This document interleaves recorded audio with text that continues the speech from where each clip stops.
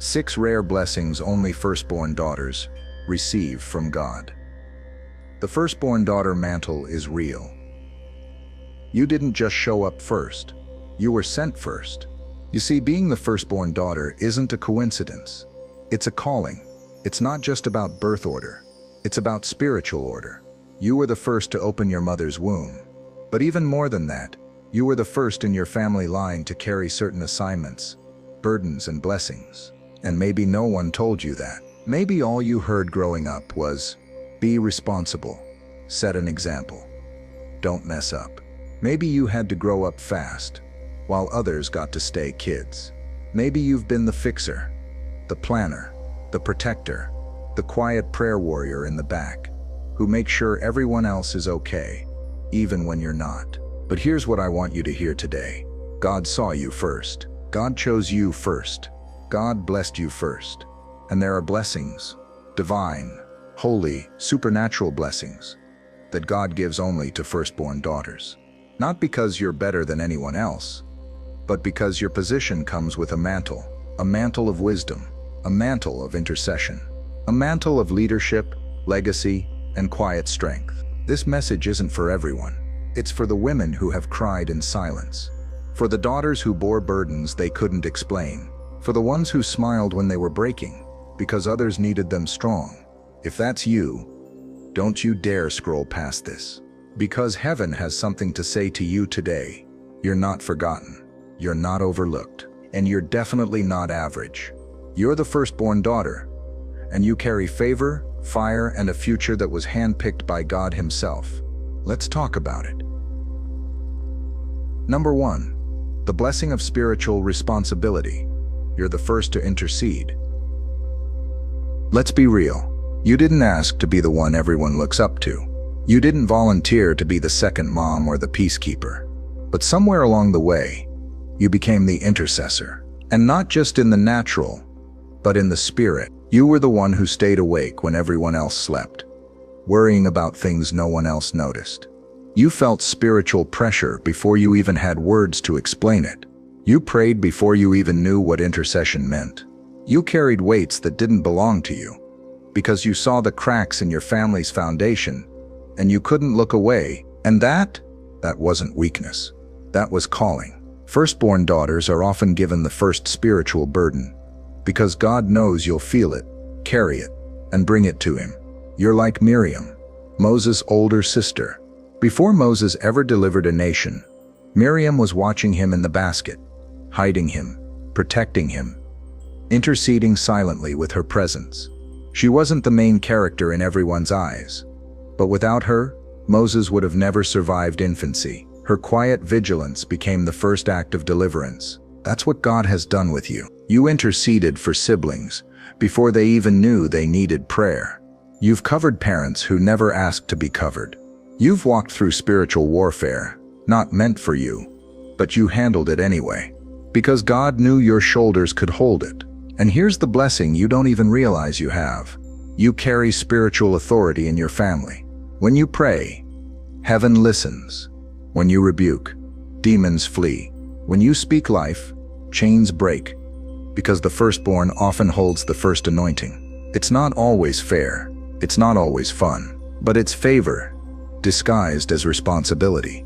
You've been the one to stand in the gap when no one else would, to walk alone when others drifted, to pray when others partied, to fast when others feasted. And God saw every moment. You might feel unseen, but in the spirit realm, you're known, you're respected, you're marked. Because the firstborn daughter carries a mantle of intercession that hell hates, but heaven honors. Keep praying, daughter. Your family's breakthrough might just begin with your obedience. Number 2, the blessing of double portion wisdom. You learn so others can grow.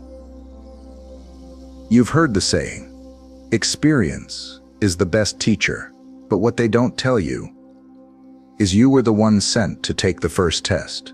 As the firstborn daughter, you didn't get a manual. You didn't have footsteps to follow. You had to carve the path yourself. You were the first to face pressure, the first to be expected to know better, the first to be corrected more harshly, because you should have known. the first to walk through fire, so those after you could walk on solid ground. But what if I told you that was a blessing in disguise? According to Deuteronomy 21:17, the biblical firstborn is given a double portion, not just of inheritance, but of responsibility, insight, and wisdom. God gave you first-hand experience, so you could turn it into firstborn wisdom. Think about it. You've been the first to love and get your heart broken. The first to step out in faith and fall. The first to try something new and fail or succeed. But either way, you became a teacher. Even when no one called you that, you taught your siblings without realizing it. You showed them what to avoid, what to chase, what to ignore, what to hold on to, all by living it first. That's what makes your wisdom different. You didn't learn from books. You learned from battles. You carry wisdom that was paid for with tears, time, and testings.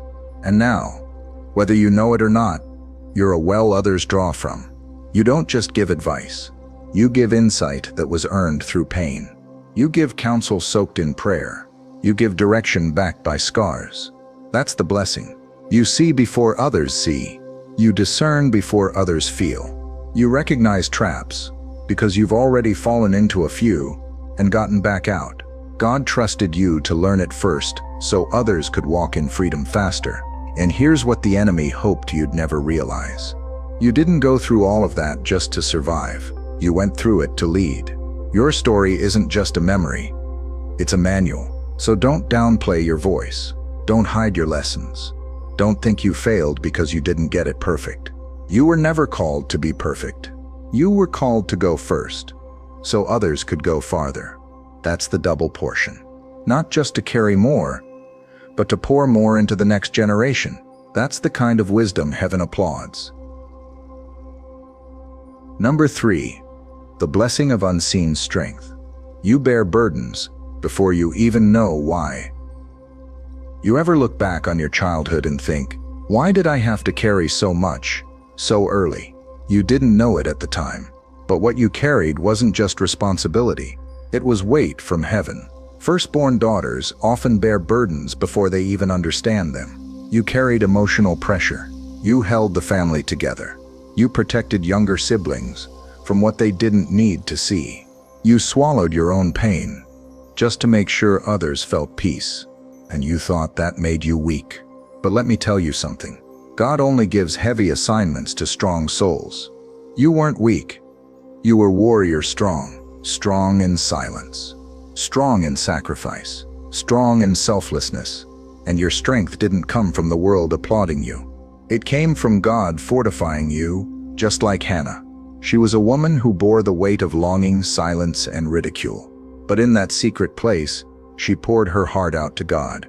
And in return, God gave her Samuel, a prophet who would anoint kings. You see, the private pain she carried became public purpose. That's what God's been doing in you. All those nights you cried alone, God saw it, and He was building something unshakable in your spirit. All those years you felt overlooked, God wasn't ignoring you. He was increasing your capacity. Why? Because He knew what others didn't, that your life wouldn't just be about surviving. It would be about birthing breakthrough. Some daughters are nurtured, some are coddled, but firstborn daughters, they're built through pressure, built through testing, built through invisible weights no one clapped for, but heaven kept count. You didn't always get to be soft. You didn't always have space to be fragile, but don't resent that strength. It's not a punishment, it's a promotion. God was making you someone who can stand when others fall, someone who sees the storm and keeps walking, someone who carries peace when everyone else is in pieces. You've been strong so long. It became your nature. But here's the deeper truth. It's your anointing. Unseen strength is one of heaven's greatest blessings. Because God's not just using you to survive a generation, He's using you to change one. Number 4, the blessing of the protector's heart. You guard what God gave. Let's talk about something no one ever gave you credit for. You've been the protector since the beginning. Before you even understood what danger was, you were already trying to shield others from it. When your siblings were too young to understand pain, you absorbed it for them. When the house was full of chaos, you became the calm in the storm. When your parents were overwhelmed, you stepped in like it was your job. You didn't ask to be the guardian, but your heart couldn't sit by and let things fall apart. That, daughter, is not just a personality trait. That is a gift from God. God placed something fierce inside you, not to make you hard, but to make you holy armor. You carry the heart of Deborah, a warrior, a mother in Israel, someone who didn't need a sword in her hand to deliver a nation. She had discernment, courage, and the boldness to stand when men sat down. That's you. You've been the one to speak truth, even when it hurt. You've warned loved ones about people they couldn't see clearly. You've protected not just bodies, but destinies. You saw the enemy coming for your family, and you fought silently, in prayer, in wisdom, in watchfulness. Don't let anyone downplay that. You weren't paranoid. You were prophetic. God gave you insight to see what others missed. Not so you could control, but so you could cover. There's a reason people come to you first when things go wrong. They feel safe. They feel seen. Because you've been protecting peace when no one even knew it was under attack. That's not weakness. That's warfare. That's why the enemy attacks you more than others. Because you don't just protect people, you protect callings. You guard the future of those around you, even if you're bleeding behind the scenes. And here's the blessing. God sees the protector, and the protector is never left unprotected. He covers the one who covers. He shields the one who shields. And he strengthens the one who quietly watches over others with a holy fire. So to every firstborn daughter who's carried the weight of being the strong one, God says, I gave you that heart because I trusted you with it. And that trust is a blessing no one can steal. Number 5. The blessing of early favor. God marks you before others recognize it. Have you ever felt different? Not better, not louder, just set apart. You didn't always fit in. Even as a child, something in you felt older, deeper, marked. That wasn't your imagination. That was God's early favor. Before others saw your value, He did. Before anyone clapped for you, He called you. And that's not just poetic. It's biblical. Look at Joseph. He was one of the youngest sons. Yes, but he carried a firstborn mantle of favor. His father gave him a coat, but God gave him a dream. And what happened? His favor made others uncomfortable. His dreams made him a target. His uniqueness stirred up jealousy. Sound familiar? You were probably labeled too much, too intense, too emotional, too serious, too spiritual. But what they called too much was actually anointing in seed form. You saw things others didn't. You felt things others ignored. You sensed God calling you early, before you even had language for it. And while others were still figuring out who they were, you were already wrestling with why you were here.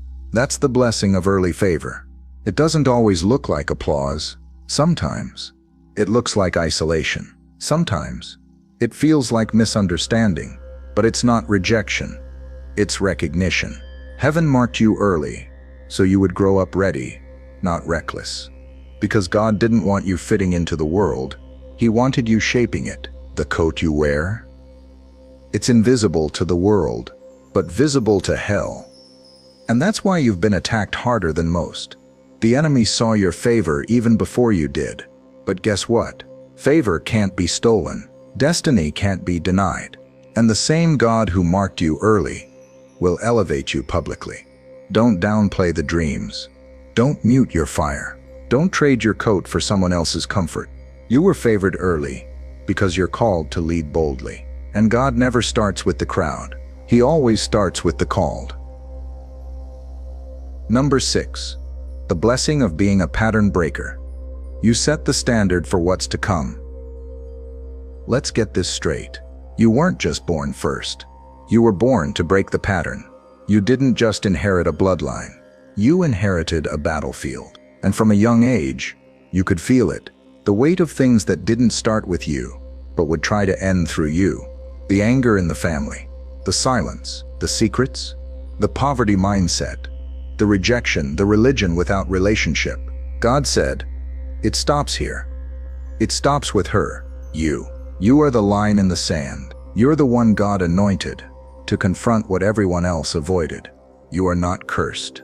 You're called to confront the curse. And yes, it's lonely. And yes, it's hard. And yes, there are moments where you look around and think, why me? But that's the wrong question. The question isn't, why me? It's why not me? Why not the one who cries out to God at midnight? Why not the one who knows the word and walks in truth? Why not the one who can feel heaven tugging every time hell tries to take root? Let me remind you, pattern breakers carry prophetic fire. Think about Rahab. She came from a family and a city marked for destruction. But she chose differently. She believed differently. She acted differently. And her faith didn't just save her. It rewrote her entire bloodline.